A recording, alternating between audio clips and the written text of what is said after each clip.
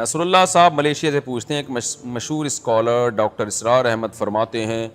کہ یہودی بیت المقدس کو گرائیں گے،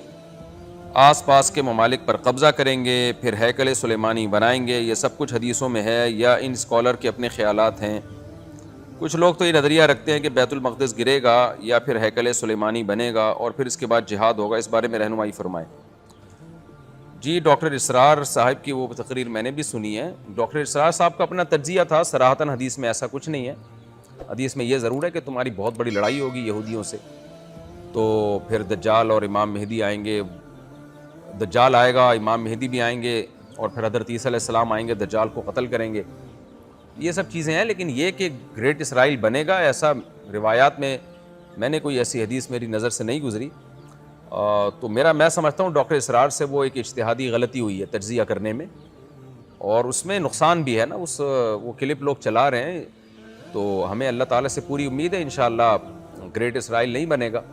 اور غزہ پہ بھی اسرائیل کا انشاءاللہ قبضہ نہیں ہوگا۔ صرف گریٹ اسرائیل تو دور کی بات ہے، کیونکہ بہت ٹف ٹائم دیا ہے وہاں کی عوام نے اسرائیل کو۔ ایسا نہیں ہے جیسا ہم سمجھ رہے ہیں کہ غزہ پہ بڑے آرام سے قبضہ ہو جائے گا، کب سے اسرائیل کوشش میں لگا ہوا ہے،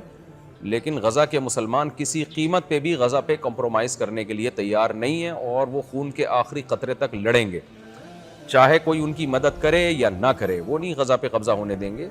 اور انشاءاللہ اللہ ان کی مدد کرے گا۔ تو ایسا کہیں حدیث میں نہیں ہے کہ اسرائیل جو ہے وہ اس پہ کامیاب ہو جائے گا اور ہیکل سلیمانی بنائے گا، روایات میں ایسا کوئی نہیں ملتا ہمیں۔ یہ ان کا ایک تجزیہ تھا، اپنا ایک اجتہاد تھا جو وہ بڑے مضبوط لہجے میں بیان کیا کرتے تھے، لیکن روایات میں اس کا کوئی تذکرہ نہیں۔ انسان کا اجتہاد صحیح بھی ہو سکتا ہے، غلط بھی ہو سکتا ہے، جو نصوص ہیں وہ غلط نہیں ہو سکتی، جو نصوص شریعت کی جو نصوص ہیں تو ان میں ایسا کچھ بھی نہیں۔ عبد الرحمن لیاری کراچی سے، میں اس لیے یہ بیان کر رہا ہوں کہ لوگ وہ کلپ چلا چلا کے مایوسی پیدا کروا رہے ہیں لوگوں کے دلوں میں۔ لوگ کہہ رہے ہیں اچھا بھائی یہ بھی بن جائے گا، وہ بھی بن جائے گا، اس کا مطلب جب شکستی ہو جائے گی تو پھر فلسطینیوں کو مزاحمت کی ضرورت کیا ہے، جب ایک چیز ہو کے ہی رہنی ہے، تو یہ غلط ہے۔ ایسے بھی اگر اس طرح کی روایات ہوتی ہیں تو فلسطینی لڑتے ہی نہیں، وہ کہتے ہیں تو حدیث میں تو آتا ہے کہ جی یہ تو سب کچھ ہو جائے گا، تو اس لیے یہ ایک اجتہادی غلطی پر اس کو محمول کرنا چاہیے۔